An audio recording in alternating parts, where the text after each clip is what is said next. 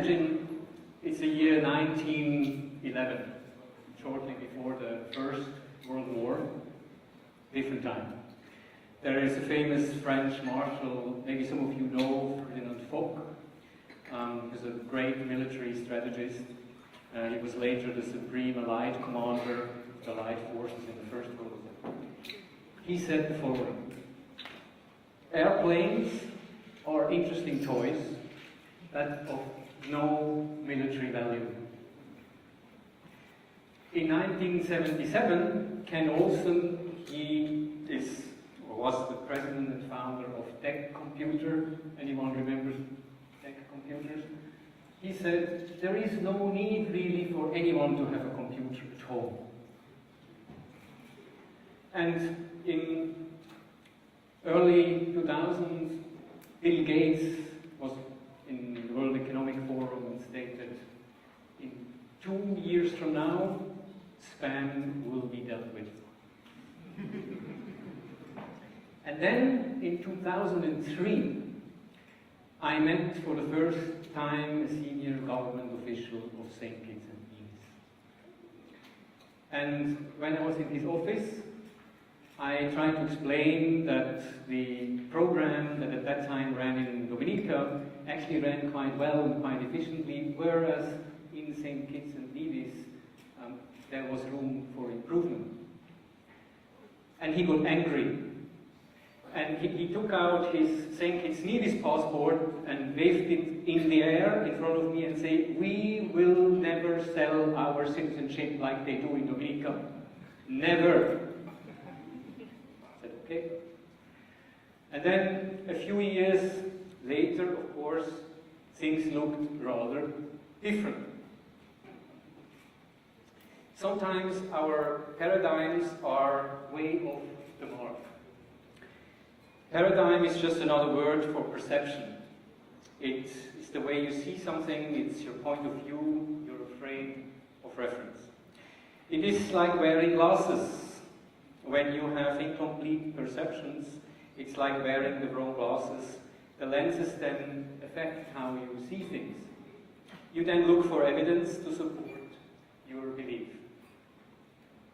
At the time, I met this government official, I think he was the cabinet secretary, in his office in St. Kitts.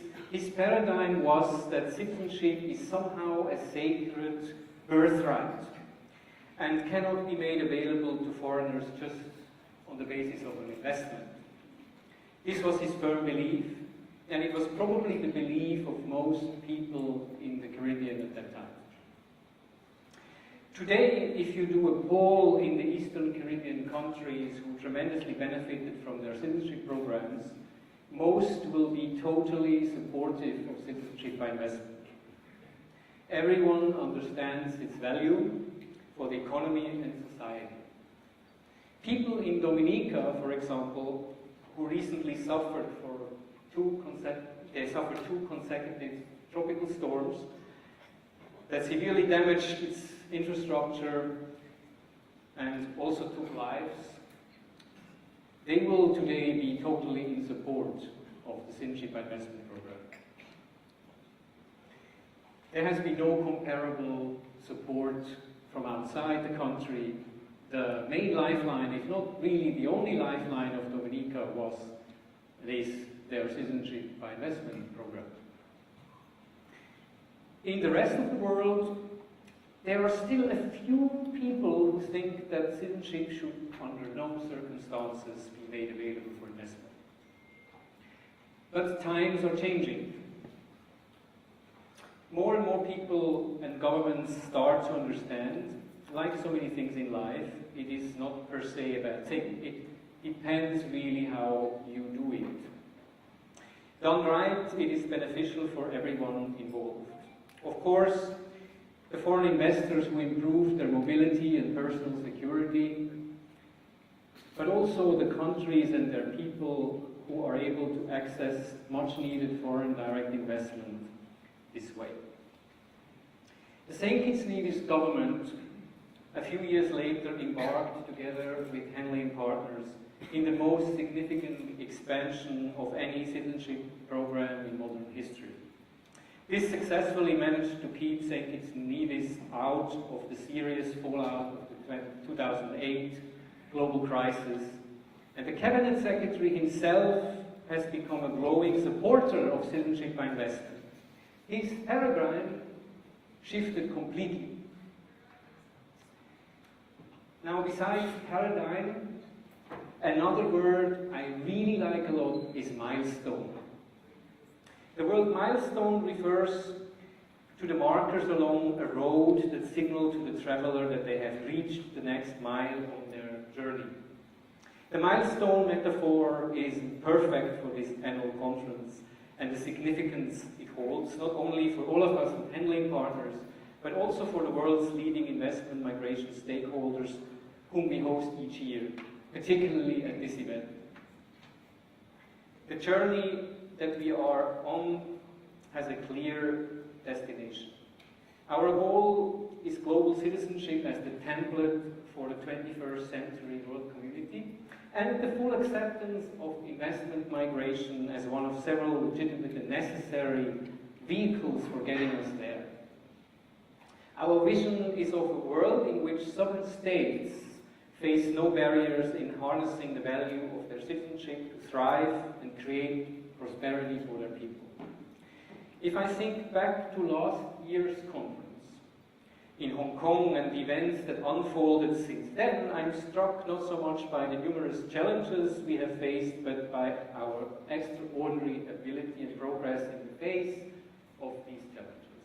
This year, 2 new citizenship programs are launched in Europe, and we see existing residence and citizenship programs around the world attracting more interest than ever before.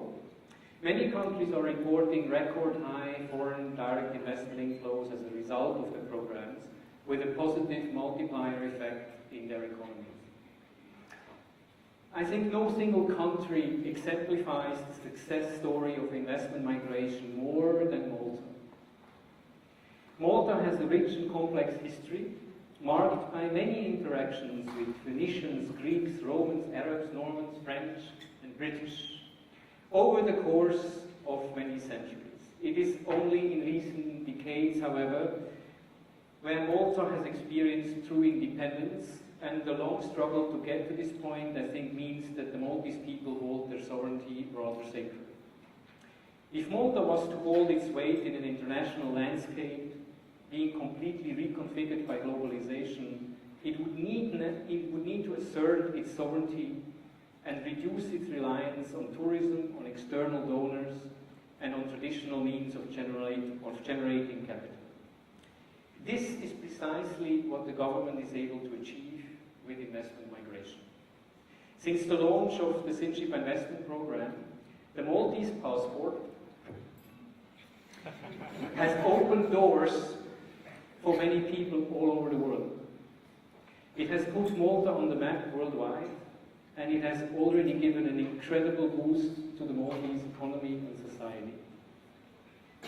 I want to take a moment to acknowledge just a few of Malta's astounding achievements in this year alone, and later on we'll hear a little bit more about that directly from the Malta government.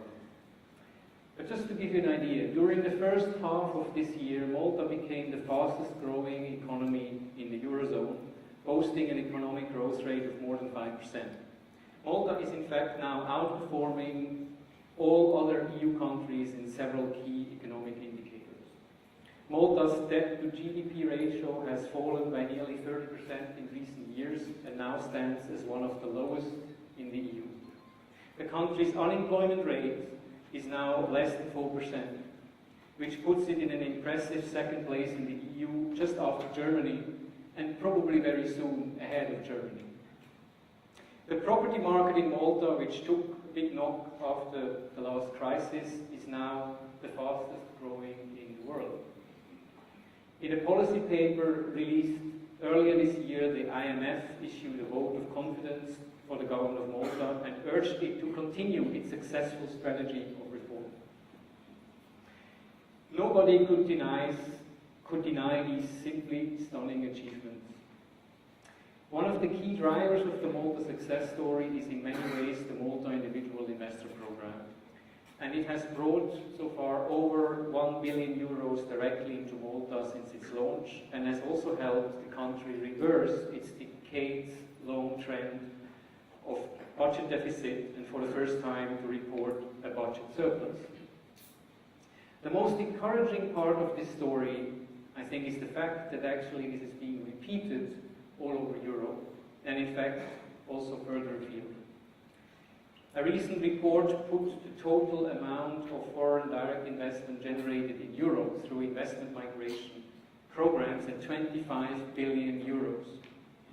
If you add the revenues generated in the rest of the world, we are looking at a truly staggering figure.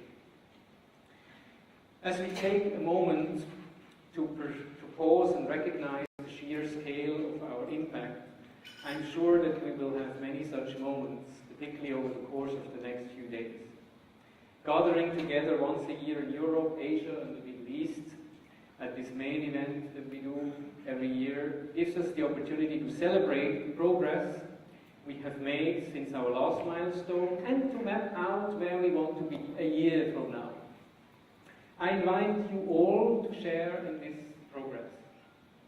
And I have no doubt it will be as rewarding as it always is, and also to very much keep our perspective. Thank you very much.